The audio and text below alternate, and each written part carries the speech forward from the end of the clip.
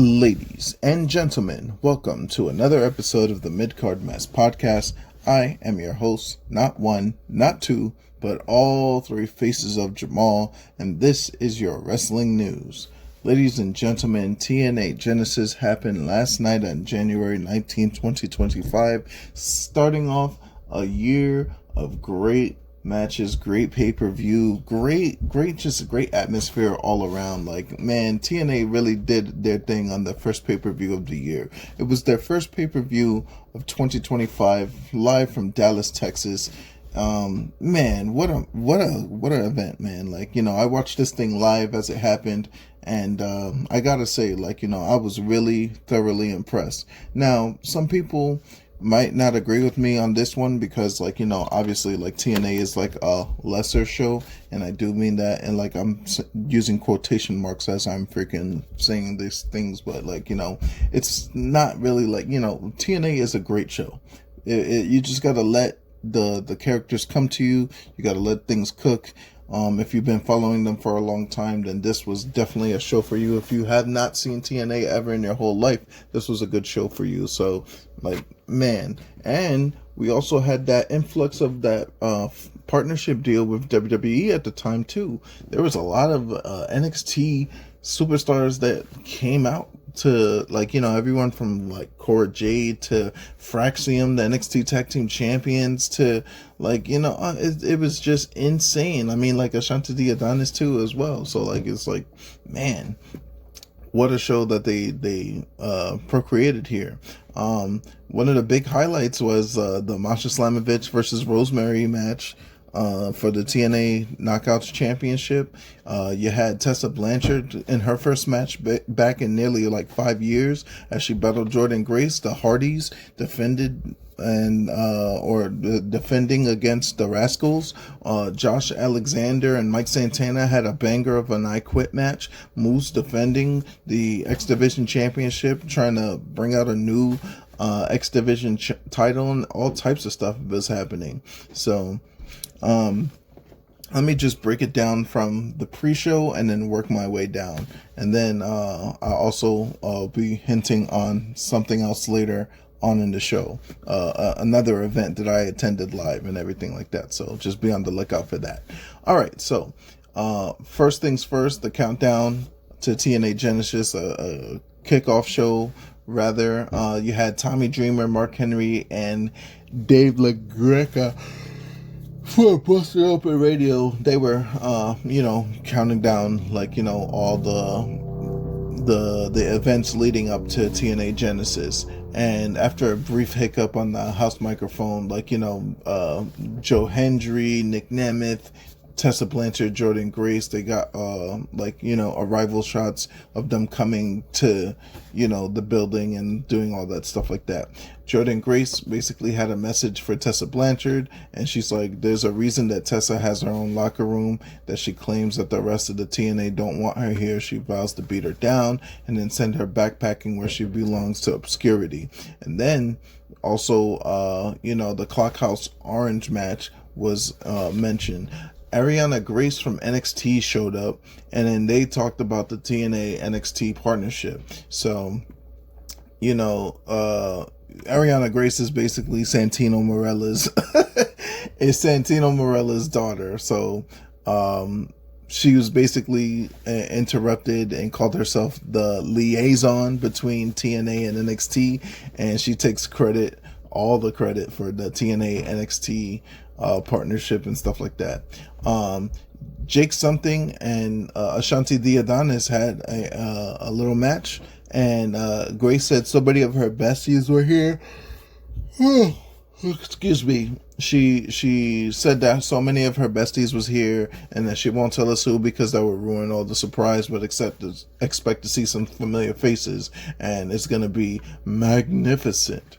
Ashanti the Adonis was the first one to come out on the docket and says on TNA that he's the main attraction, but Adonis was like, he's like, Dallas, how about them Commanders? Because, the Commanders whooped Dallas Cowboys ass and whooped the Lions ass too. Like that was just shit was crazy. But that's football. We're talking wrestling here. But he was getting cheap heat and everything like that.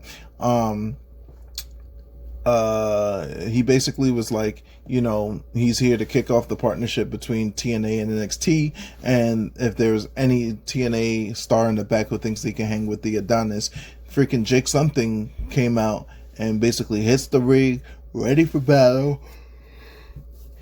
Excuse me. A referee comes in and freaking it's basically an impromptu open challenge and stuff, and it was crazy. So Jake something and Shanti D Adonis had like a little quick match, but then something basically hits the into the void to beat Shanti D Adonis, and that was it. Jake something with the win. Shanti D Adonis even jobbing on TNA is crazy. Moose then came and teased an X Division, a new version of the X Division Championship. JDC was holding the new X Division Championship, but it was covered up, and then he said that he was going to unveil it later with the match. Finally arrived. Oh, excuse me.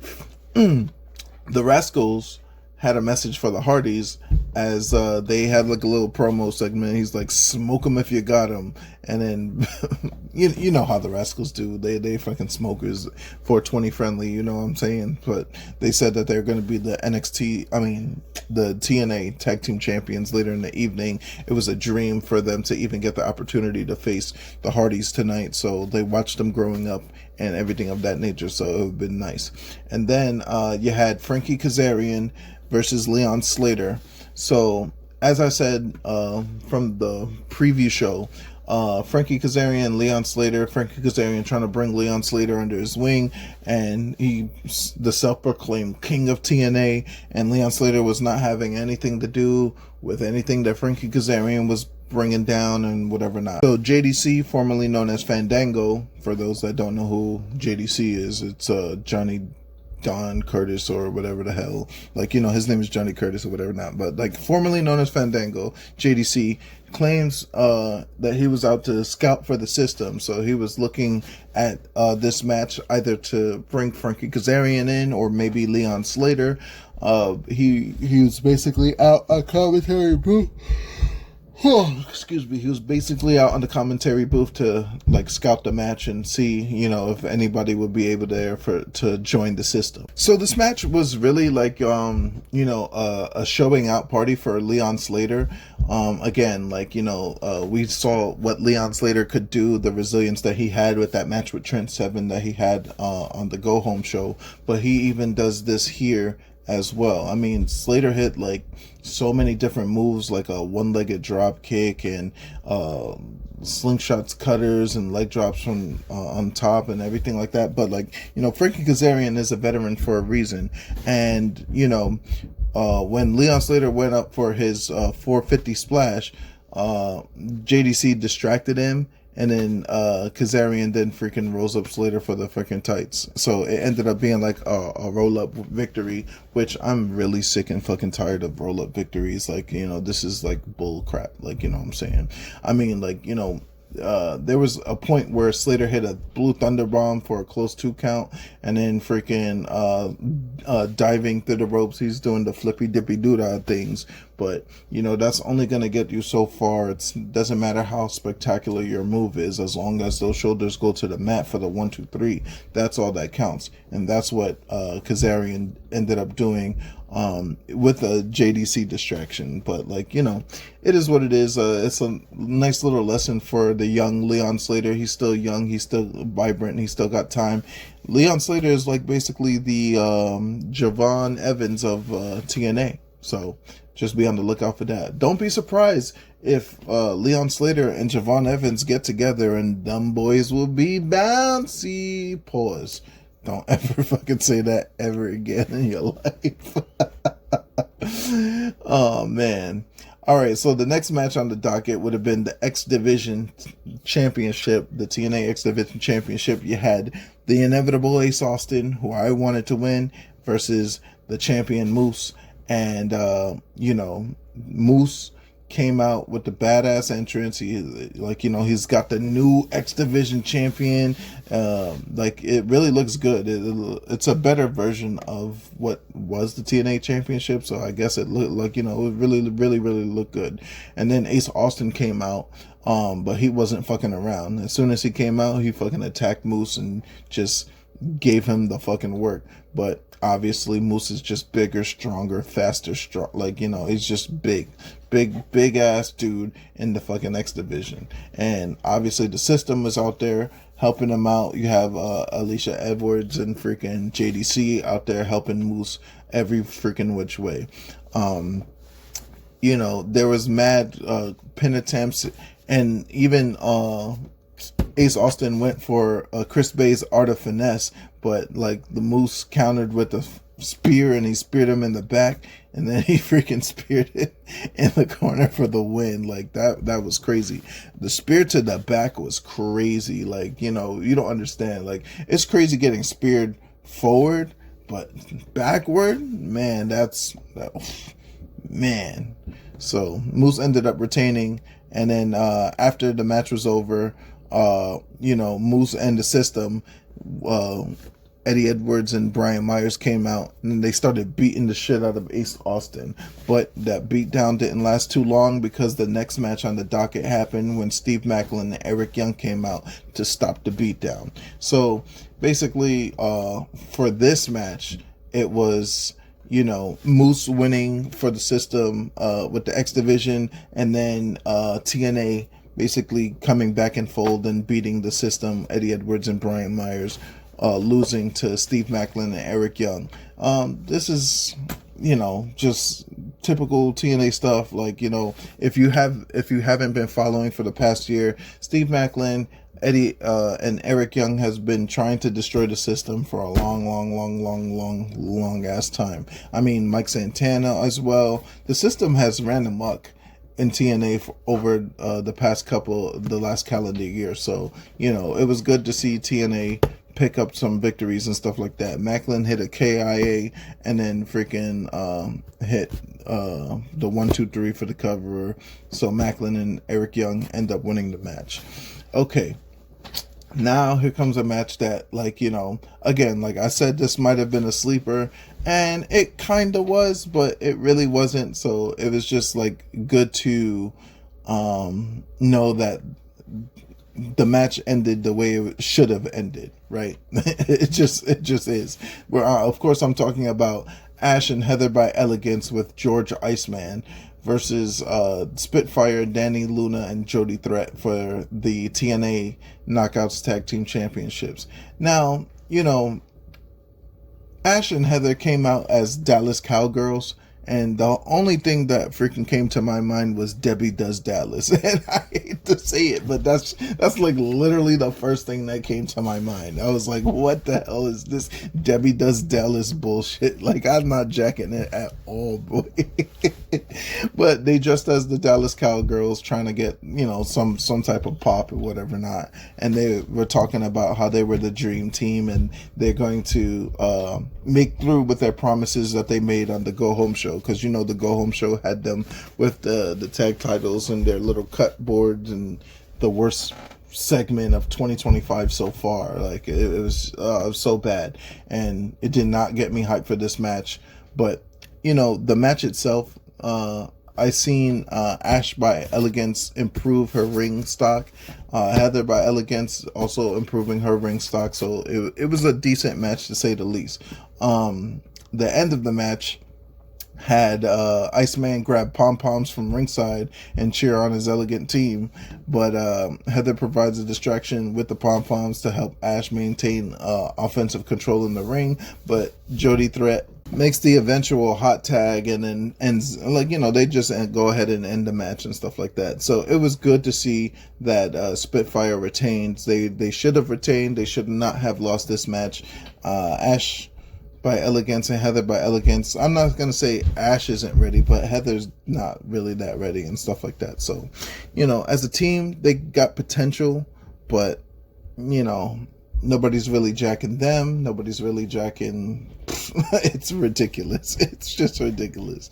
I hope they have more female tag teams, knockout tag teams out there soon to challenge a good team like Jody Threat and Danny Luna. So Frankie Kazarian, with his victory over Leon Slater, Kazarian says that Slater is called the future, but he's the present. And then freaking that he's the focus on the main event, and he hopes that Joe Hendry and Nick Nemeth tear each other apart because he's got a decision to make. And basically he has his Call Your Shot gauntlet trophy and says possibly tonight might be the night that he'll be able to cash in. So we'll see later on what happens there. So the next match was a match that I was looking forward to, and that was Tessa Blanchard versus Jordynne Grace.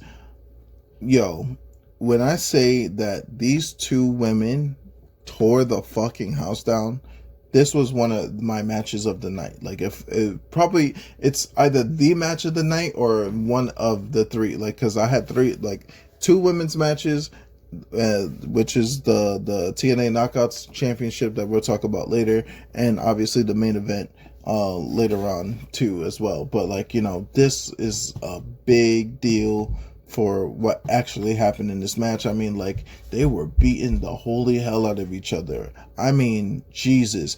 There was a point where freaking Jordynne Grace hit a juggernaut driver on the floor.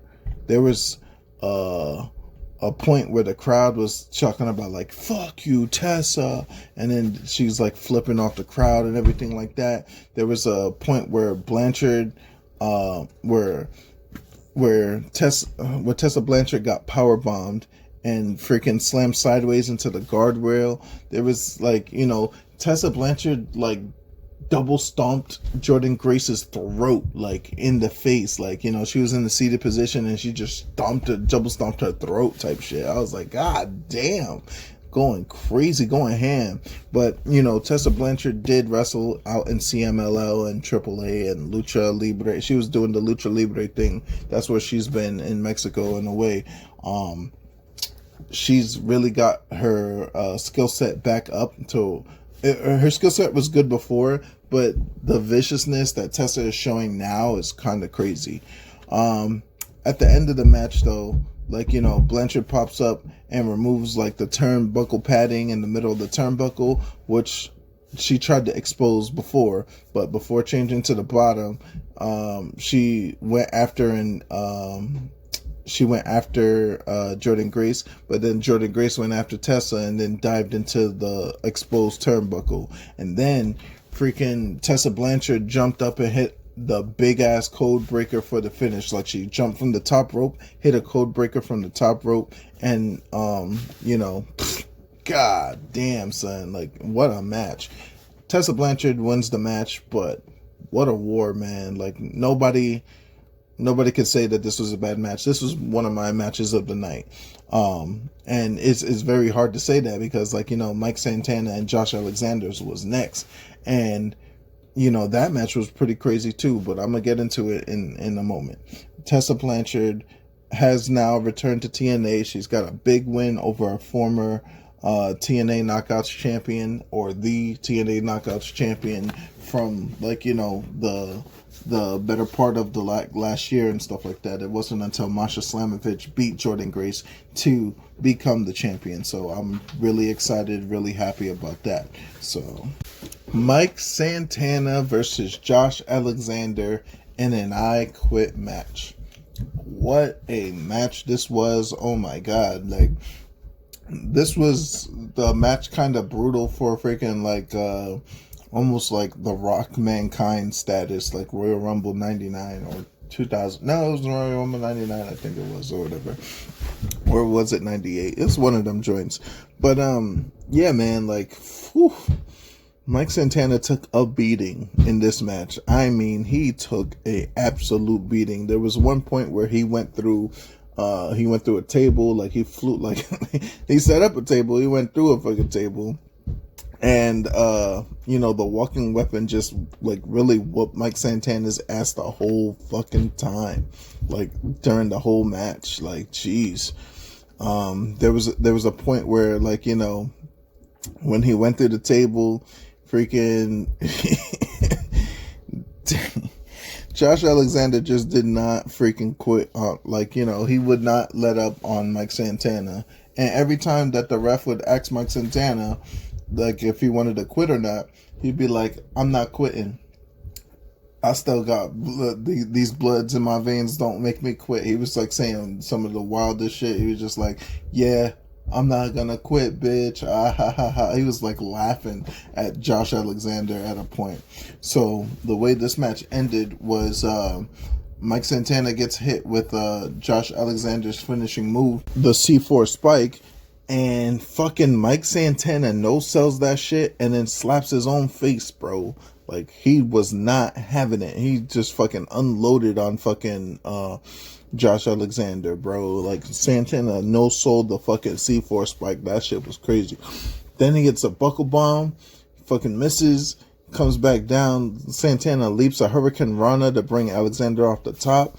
Then he hits a frog splash, hits a spin to block, knocks the mouthpiece off.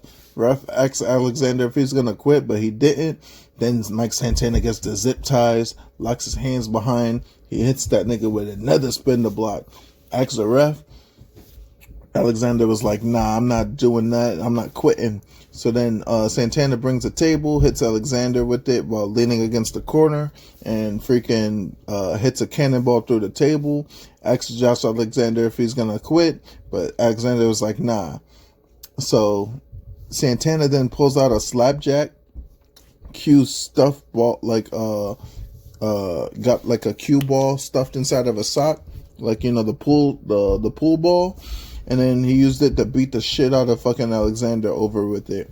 And then Josh Alexander's got the cuffs remained on his back, and then he's like, you'll never be the guy, Mike. Santana puts his boot to the back of Alexander's head with his cuffs behind him and threatens to curb stomp into the steel steps. And before he does it, he's about to stomp his head into the steel steps, and Josh Alexander quits. So, man, what a match that was.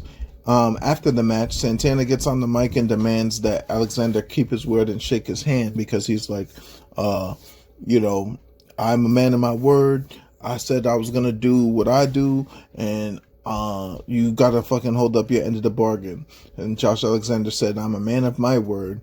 I said I quit. I look you in the eye and admit you're the new standard of TNA. I quit tonight, but I also quit TNA too. Then he drops the mic, yanks his singlet, and then walks off into the back.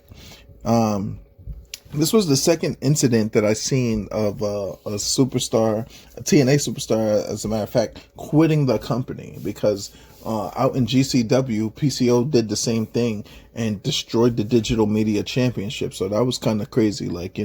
I guess they didn't want the Digital Media Championship anymore. Is there going to be any type of repercussions for that? I'm not sure, but he says it's a bullshit title anyway. PCO fucking, he just was on TV, but he lost with Sami Callihan against the Hardy Boys. Speaking of the Hardys, they retained against the Rascals. This was basically a Hardy match. Match aside, NXT's Fraxium, the NXT Tag Team Champions, came out to watch this match in particular. Now, when they came out, when the NXT champions came out and sat at ringside to get a closer look, I thought that it was going to be the Rascals to end up winning the TNA Tag Team Championships here. But nah, man, it was just like a basic Hardy match. They get beat up a little bit. They do all their Hardy moves and everything like that. Matt yelling delete, Jeff Hardy doing all the double team spots and everything like that. But at the end of the day, the Hardys beat the Rascals, and then Fraxium Fraxium was in the way a couple times, and then basically almost causes Fraxium to get involved in the match. And they did get in the face of the Rascals, and Fraxium was ejected, but then the Hardys went and hit the Twist of Fate and Swanton and ended up winning tag team championship match. So it was good to see. Like, this was just an NXT spot fest at this point, because we already seen Ashanti the Adonis, we've seen Ariana Grace, we've seen Fraxium at this point, and it's just incredible. Incredible to see. They then started showing Impact events and upcoming pay-per-views. So they showed a TNA Rebellion trailer. That's going to be April 27th, live from Los Angeles, California. So it's going to be 7 days after WrestleMania. They also said that there was going to be a NXT tag title on the line on the January 23rd episode.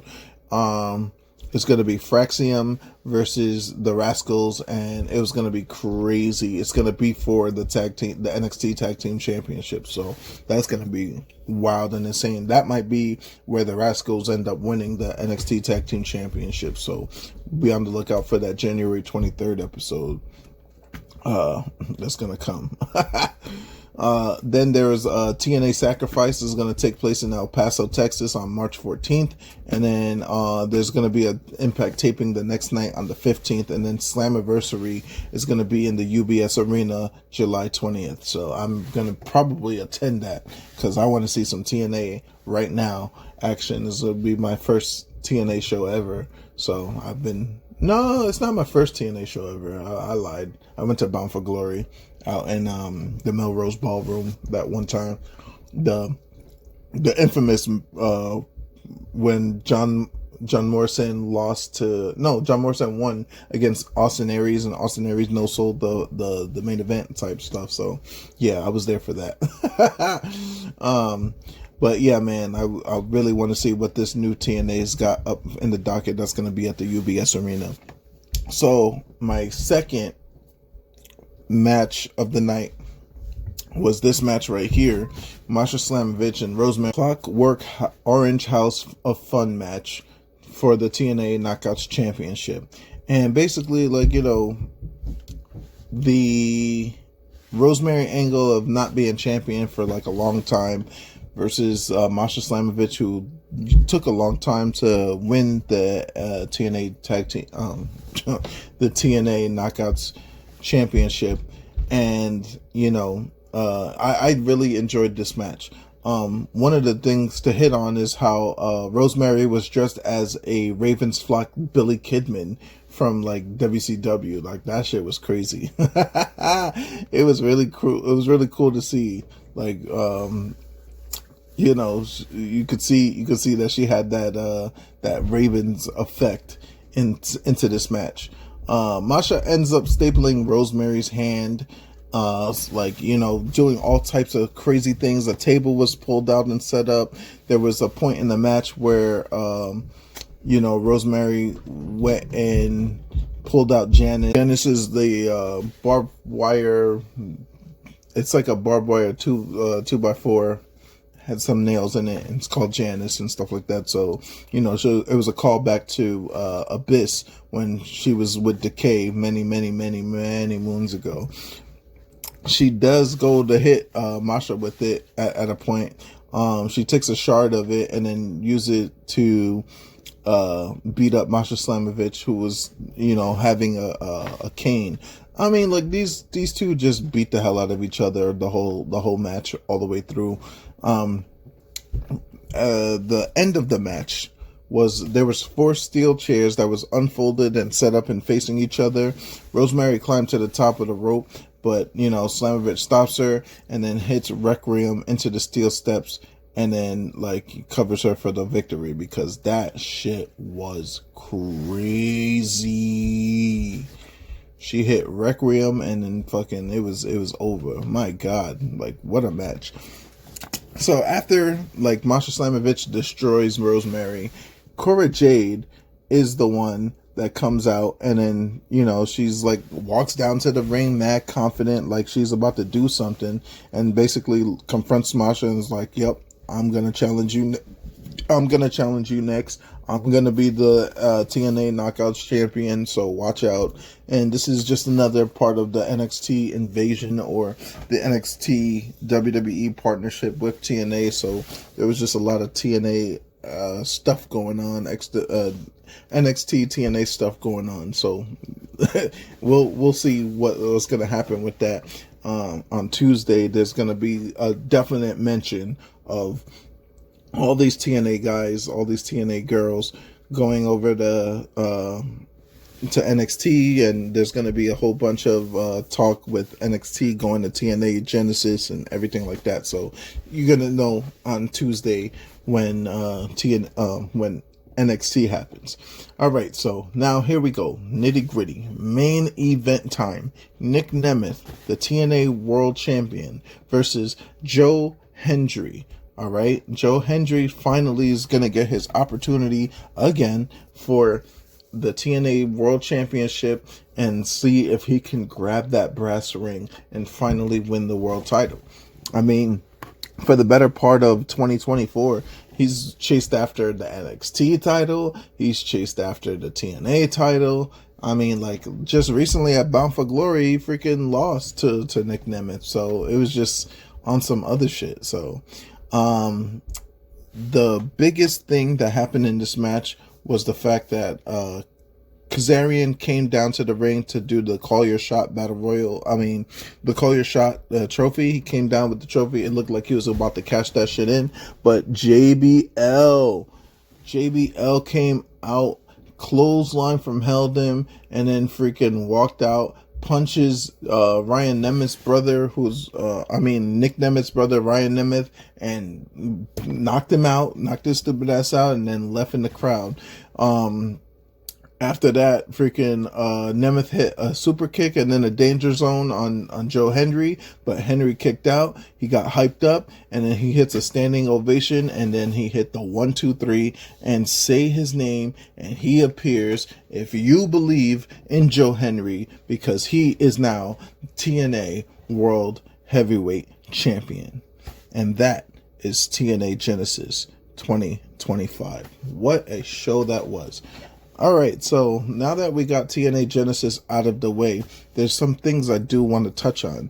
I went to the LPW show on Saturday. I went to go see my boy Arcane Mantis. I'm not gonna, I'm just saying his wrestling name. I'm not gonna say his real name or nothing like that, but I went to go see my boy Arcane Mantis do his thing.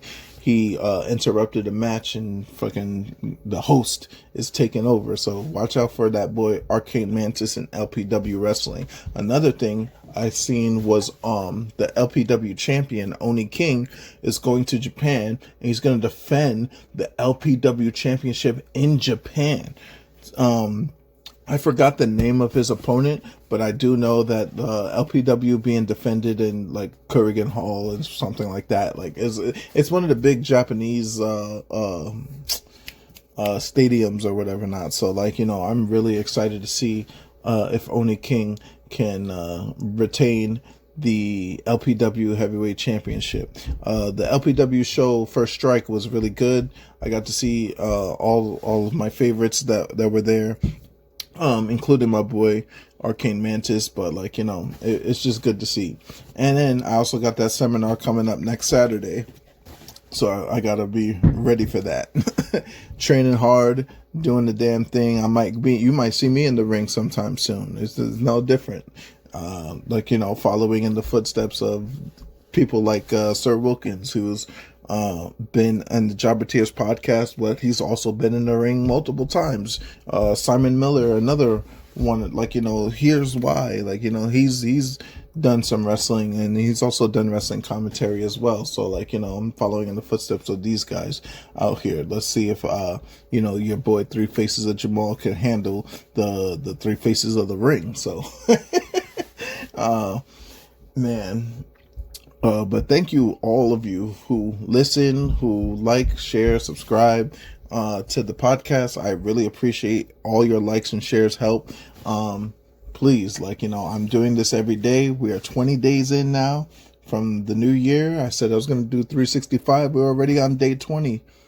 We're not going to stop, won't stop, can't stop. We got to do this, man. Help me get more bigger than we already are. And also the Midcard Mess Facebook group. That's family. That's family, man. If you want to join that family, you can go to the Midcard Mess group on Facebook.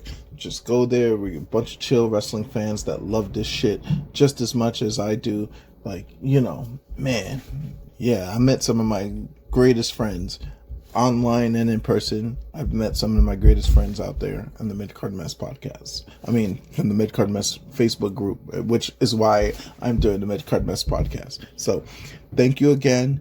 I'll be back tomorrow. We're going to be talking Raw preview and maybe some more wrestling news and rumors. Like, what's this situation that's going down with Britt Baker? And is she still signed with AEW or not? What's this situation going on with, more merger deals with PCO leaving, or there's a lot of TNA guys that just left. Like I mentioned, Josh Alexander just left TNA, quit. Freaking PCO just left, he quit. Maybe they're doing the thing for the Canada wrestling promotion that Scott D'Amore got going on. Are they going to AEW, or are they going to Scott D'Amore's joint? Scott D'Amore doing some shit with AEW. I don't know. Maybe he might do some shit with WWE. They said that he's got some WWE shit lined up. There's some new superstars in the wings in NXT developmental that I didn't even mention yet. And there's just so much more stuff. We got Dragon's Gate going strong. We got New Japan Pro Wrestling. They got what's the New Beginning in Osaka, New Beginning in Sapporo, and all that other good stuff. So just be on the lookout for it. I'll be covering it. And yeah, man, I'll see you guys on the next one. And that's it for me. Peace.